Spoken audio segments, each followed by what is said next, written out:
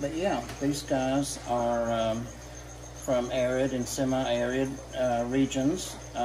You'll find them places like Pakistan, Iran, Nepal, dry grassy areas. They predominantly live in caves, rocky ledges, that kind of thing, and in the wild are generally nocturnal, but not so with pets so much. They do come out at night primarily to help avoid predation. You've got plenty of food in there, buddy. And also to warm up on the rocks, the desert rocks that are warm for several hours after the sun goes down. So a little bit about them in the wild. They primarily eat invertebrates, so anything that they can get in their mouth. Spiders, crickets, worms, anything like that. And also adults will eat other small lizards. They'll eat like mice pups and vertebrates, that are small. So they're kind of omnivore. They'll eat anything that they can get in their mouth. They have about 100 teeth, and they replace those every 3 months or so. Always have a tooth growing behind the other one, and you don't want to ever get bitten. I've had that happen to me by this pretty girl here, and their bites are formidable. They're probably the second most popular lizard in the hobby, right behind bearded dragons, and their appearance is one of the things that endears them to us as hobbyists. They're just stinking cute for one thing, and their patterns, they're breeders of these guys, and they breed for various patterns and colorations, and some of these guys can be $1,000 or more, but a typical pet level like these guys you could find for $50, $60, certainly under $100 from a breeder or at a pet store. Again, easy to feed. You can find all of their food readily available for them in captivity. You can buy it. Set up, they very simple. They don't care much about plants, so I don't really worry about that.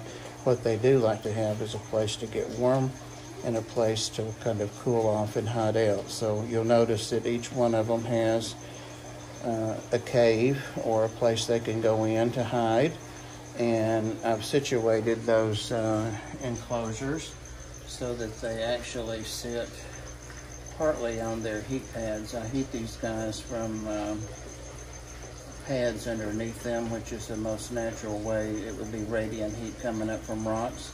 So I want their enclosures to be somewhat warm, but not their primary area that they get their body heat from. And then the majority of their pads, their heating pads, is not under their enclosures, their little houses. I hope that made sense. But they can go up on rocks that are warm from the pad and bask. So I'll often come by and see my leopard geckos up on a rock enjoying the warmth. And that's what she's coming out to do, it looks like. Two of them are potty trained, which sounds silly, but that was actually a cricket dish in there, the big brown dish. Oh, and they do have to have fresh water every day. They always have to have water available. In the wild, they'll drink from rain if the rain makes a little pool, but most commonly dew that, you know, settles at night on things. They'll lick that off, but they definitely will drink from a little bowl, and so they all have fresh, clean water every day. If not the bowl washed, then the water topped off, and then the bowl washed every 2 or 3 days, but you don't want a dead bug or something to be in there. So he looks like he's stirring around and waking up. This guy too is potty trained. He doesn't use his bug corral thing anymore for anything except to potty in, which is awesome because it's so much easier to keep their little habitats clean. You can put them on rocks, you can put them on sand. Some people don't like sand, thinking it impacts them. I originally had mine on sand, but it was just so much easier to keep them on the paper towels, and they seem to do fine on these. They do like to climb a little bit. If you put a stick or something in there, they will climb up on it and perch on it. I have some ambient light that comes down on these guys. They like to hunt. Oh, looks like we just had a mess back there in the corner. Just had a mess. They don't stay clean long, so it's almost every day, if not every day, that you need to change their towels and wipe up excrement. This guy came to me as an adult already, and I haven't been able to get him to go anywhere except in the corner. So that's what he does, and that's fine, so I can spot clean. I'll get that out before lights out. Quite the pet. They love to run the worms, the super worms, and the crickets, so that's what they have in.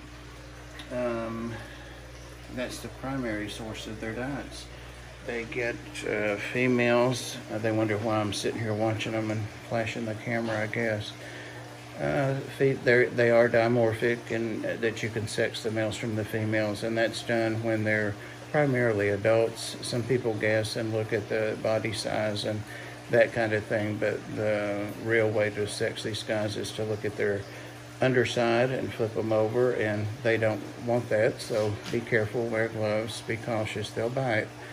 They have pores. The males do pre-anal pores just before their anal area, and they're enlarged and noticeable. And they also have hemipenes, which is the scientific name for penis, in leopards, leopard geckos, snakes, lizards, that kind of thing. So you'll see the bulges underneath their skin. The females don't. They have the smaller pores and no bulges, so they're very easy to sex once they're adult size.